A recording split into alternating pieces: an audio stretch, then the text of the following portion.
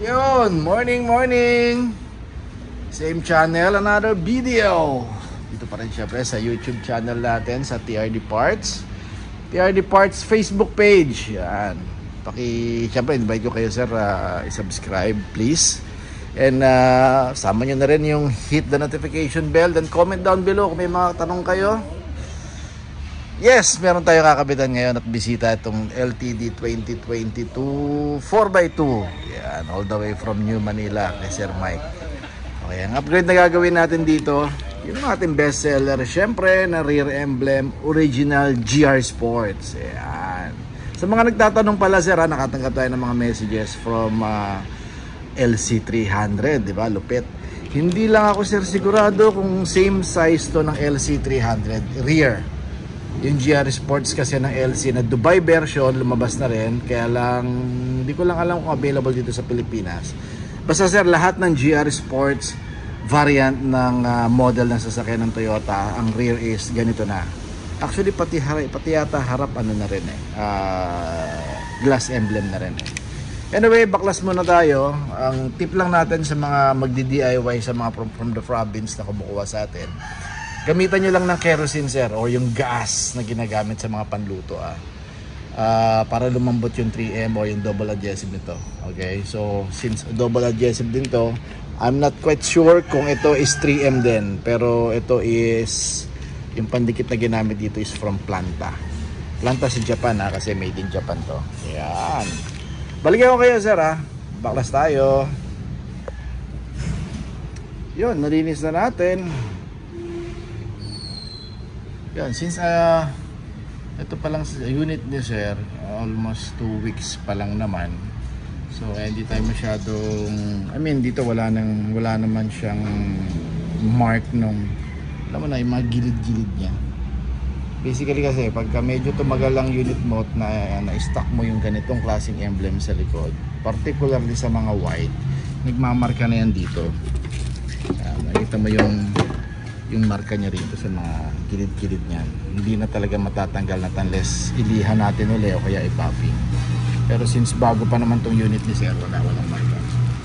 So malinis natin may kakabit ito. So nakabit din tayo ng medyo maliwanag, sorry, ng doom light. Yun, medyo nakakasilaw Yan, nakakasilaw lang. Yan.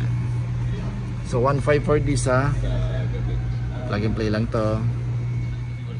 Batanes yung ano na.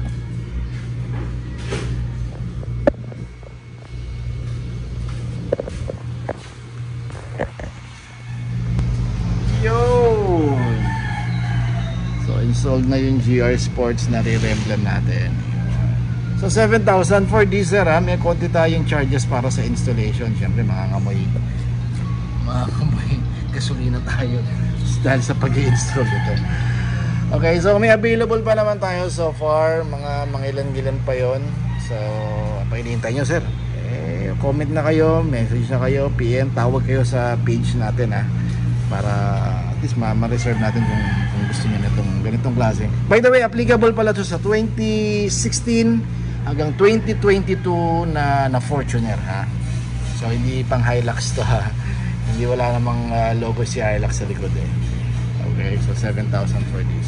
So thank you again kay Sir Mike ng New Manila. Yan, dinayo tayo dito sa Pasig sa kanyang gwapong 2022, syempre 2 months old na LTD or legendary sa counterpart sa Thailand.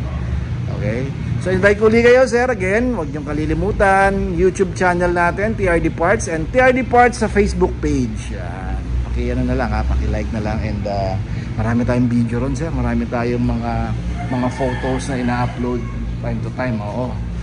Okay, so kung mahilig kayo sa mga ganitong klase ng content, sa mga ganitong klaseng gastos, bisyo, yan, nasa tamang channel ka. Opo.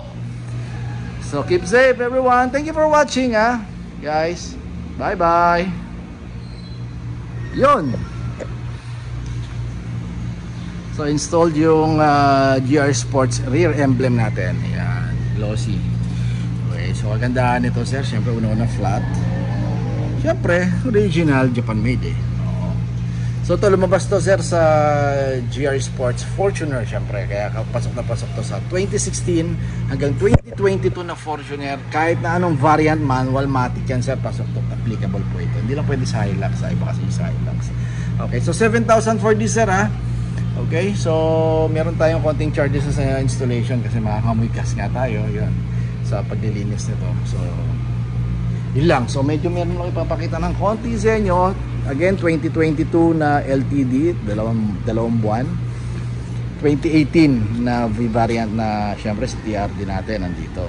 So pakita lang natin kung gaano yung kinabit kasi natin sa ating auto is LTD o Legender version din.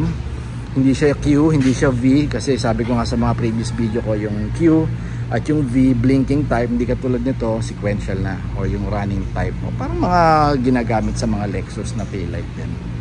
So parehong-pareho naman sila. Since parehong original. Okay. So visit and like our page TRD Parts, syempre sa YouTube channel natin, syempre TRD Parts din. Marami tayong video, photo ro na ina-upload. Kaya kung marihil kayo sa mga ganitong klaseng content, gastos, bisyo, syempre, at walang katapusan pag-upgrade, nasa tamang channel ka sir, TRD Parts YouTube, yan, paki-watch nyo lang sir at support.